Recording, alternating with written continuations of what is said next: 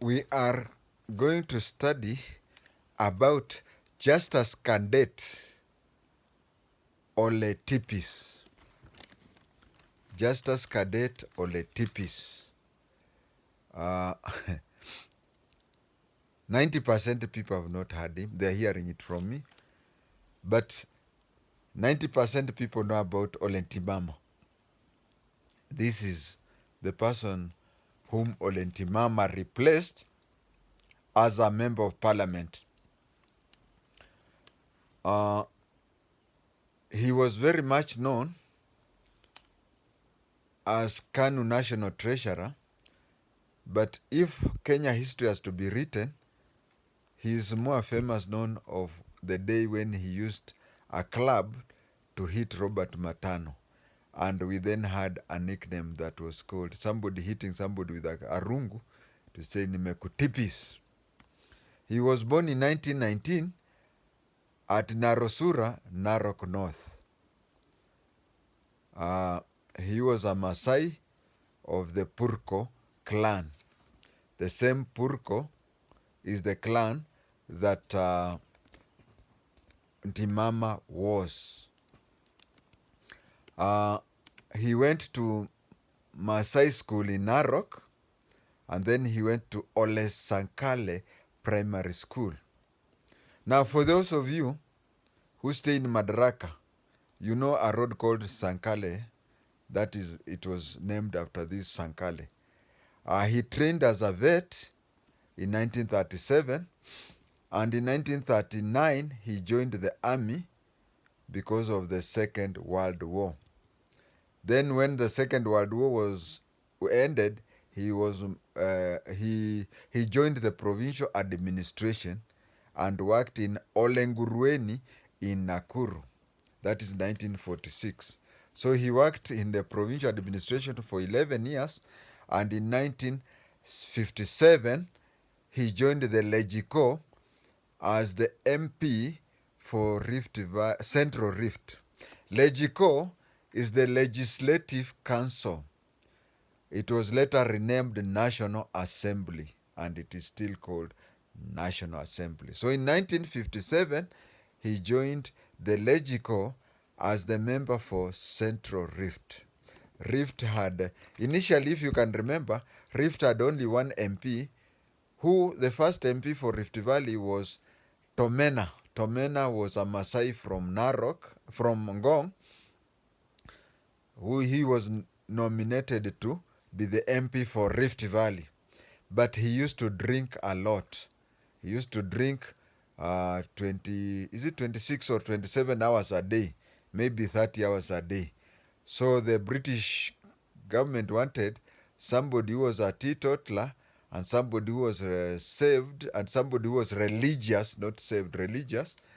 And so they approached the provincial education officer, who was Musalia Mudavadi's father, and he nominated Daniel Arap Moi.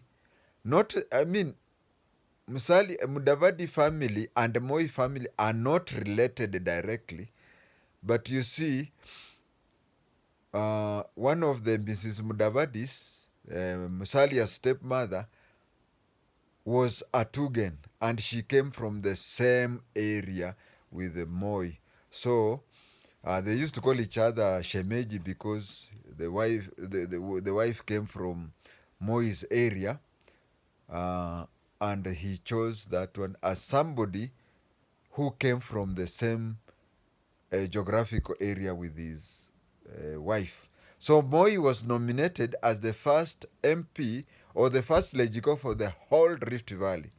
But in 1957, several new constituencies were hived out of Rift Valley and other places in Kenya. In Rift Valley and other places in Kenya. So the area that was called Central Rift Valley, the first person to be elected there was Justus Cadet Ole Tipis. That was 1957. In 1960, more constituencies were hived, and he became the MP for Narok constituency. he was the MP for Narok constituency, meaning that what later became Narok district and what today is called Narok County, he was the MP for that area between 1960 and 1969. In 1969, Narok constituency was again subdivided more. So, Narok constituency, which covered the today's Narok County, was divided into two. He was divided into two. That was Narok North, Narok South. So he contested the new Narok North and lost it to Moses Olemarima, 1969. And then later, 1974, 5 years later, he regained Narok North and became the MP for Narok North from 1974 to 1988. He lost Narok North constituency to Olentimama. And you know, Olentimama by then was the chairman of Narok County Council. Now, the chairman of Narok County Council could be equated to the governor because of the county council is more or less that like a county government, although the county government has more powers because it is recognized as a government and the county council was a council.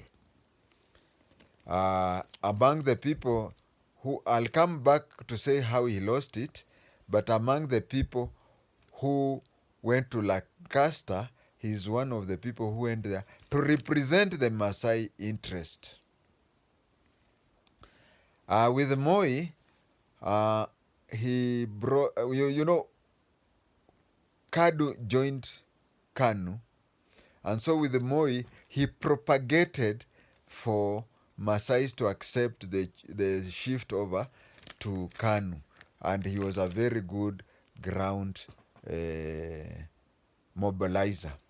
In 1982, Tipis, while they were, there were these people who had joined KPU, Kenya People's Union, who had joined Jaramogi Oginga Odinga in the KPU. Now for you, if you were to contest either being a councillor or an MP, you had to get KanU clearance from the National Executive Committee. But the two most active people in the National Executive Committee were Robert Matano. You see, Robert Matano was the acting Secretary General. No, he had been confirmed in 1982. He was the Secretary General, and Justus candidate Ole Tipis was the Treasurer. So the system here was the National Executive Committee clears you.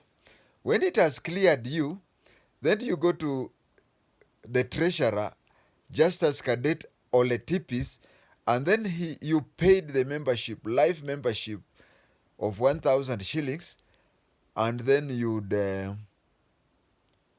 become a member. But the other members, the chairman, the organizing secretary, and committee members were mostly silent members. But these two would, and then it reached a stage where they started. One would clear without the other. You see, the treasurer accepts your 1,000 shillings for KanU Life membership.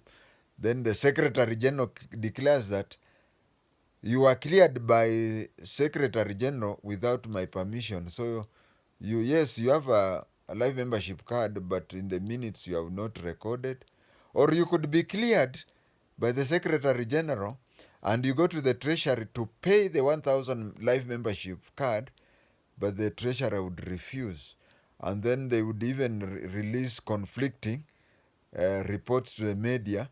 Each one would call a meeting where you say, okay, JI-TENGE, JI-TENGE, we have reinstated him back to KanU, and the other one said, I don't know that and I don't approve that, and the exchanges became so tough that in 1982 it became physical, that Tipis took out Arungu and hit Matano.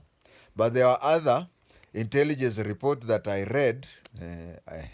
If I say I read it at Nyati House, I'll have contravened special official secrets act. So I will not say I read it in Nyati, because if I say I read it in Nyati, I'll be arrested. So anybody thinking that I read it in Nyati, wrong.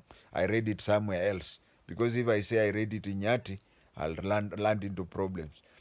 There are other reports from wherever I got that Ntimama's son had dated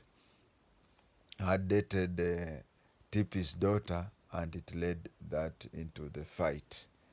And then in 1987, that is 1 year before the Mlolongo, Moi started shifting his friendship from Tipis to Ntimama. Why did he do that?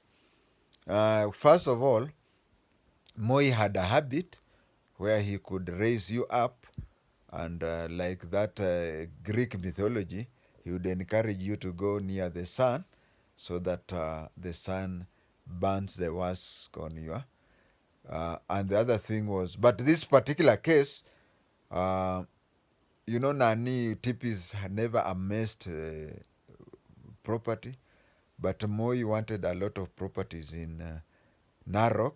He has so many farms there, and each farm is several thousand acres.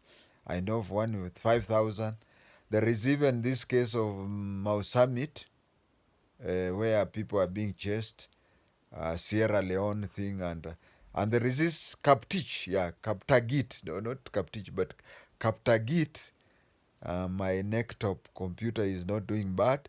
Kaptagit, he wanted that place. He had to construct a tea factory. Not only a tea factory, that tea factory has its own tea bushes, which belongs, I don't know whether it still belongs to Moi, because there was a time when there was need to reclaim the Mau.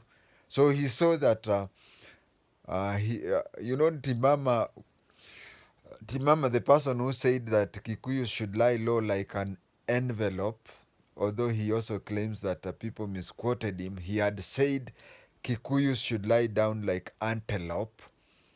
So when he said the Kikuyu should lie down like an antelope, he was so much pro-Masai, and Moi felt that if Moi was to grab plots in Narok, he would have been, if he left Ntimama out, Ntimama would give him a hard time. So he befriended Ntimama, and in the 1982 Mlolongo, Justus Cadet Ole Tipis was rigged out, and Ntimama became the MP for Narok North. That was 1988, and Tipis died in 1991. He died a very sad death, because the body was detained by Nairobi Hospital until the family had organized for Harambee for his burial meeting. I will say bye in Kimasai. Nda asuba bogit eba kai serenaduo meara lomon meara na bo toningo hey serenaduo.